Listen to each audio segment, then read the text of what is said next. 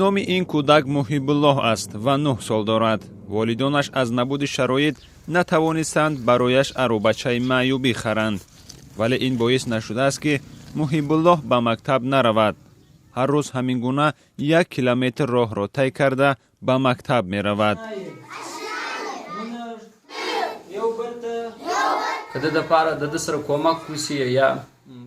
агар кӯмаки тиббӣ бигирад ё аробачаи маъюбӣ дошта бошад, ба мактаб осон меравад.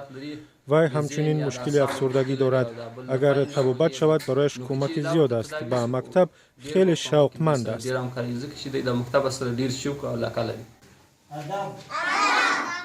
волидонаш дар деҳаи навбаҳори вилояти урузгон зиндагӣ мекарданд. толибон бо ҳамла ба деҳа хонаашонро оташ заданд. барои ҳифзи ҷонашон ба наздикии Кобул кӯч бастанд.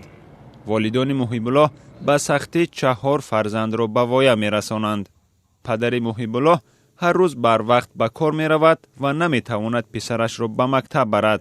модар ҳам ба нигоҳубини фарзандони хурдӣ машғул аст. мо ба мақомот муроҷиат кардем ки ба писарамон як аробачаи маъюбӣ диҳанд, то ба мактаб рафтанаш осон шавад. агар кӯмаки тиббӣ ҳам кунанд, бисёр хурсанд мешавем, чунки аз сабаби камбизоатӣ дастамон намерасад. табибон мегӯянд бемории Муҳиббуллоҳ табобатшаванда аст, агар ба бемористонҳои Кобул ё хориҷи кишвар бурда шавад.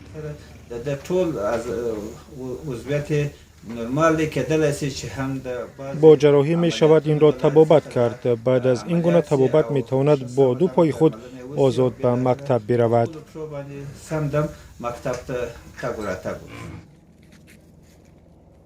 то замоне ки ба Муҳиббуллоҳ кӯмак мекунанд, вай аз ягона имконаш истифода бурда ба мактаб меравад.